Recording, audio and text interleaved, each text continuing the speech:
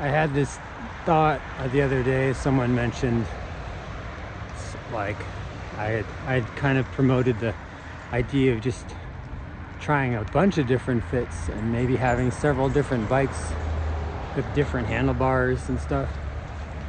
But part of me wants to just say, yeah, it's cool to just have a bunch of bikes.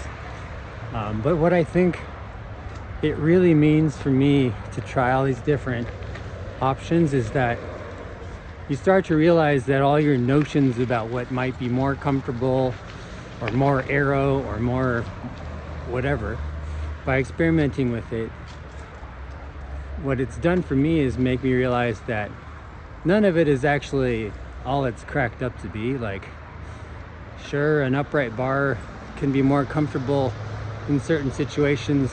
Maybe you do need a Rivendell, and you should try that if you like it. But for myself, I mean, just a little story. I was a builder at Rivendell for a little while, and as much as I liked the bikes in the parking lot, when I got going, I didn't really want to be on an Albatross. And yet I totally know the value of having a bike like that when you're just kind of chilling. But for me, it looks more like this.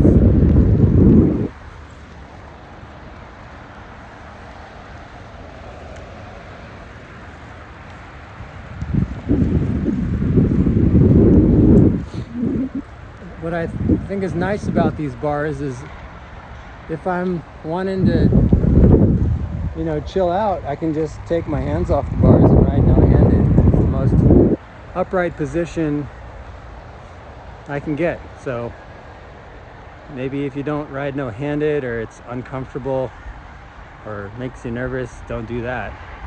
But how often, like, how much of your ride is spent riding so easy that you never need to hold your bars while you're pushing hard?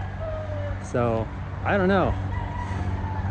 For myself, look at this. I got infinite handlebar position. Up here, I've got here. I can simulate drops up here.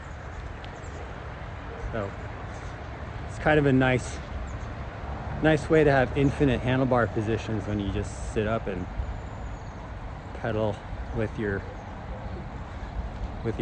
saddle and your feet. So just a little thought about that.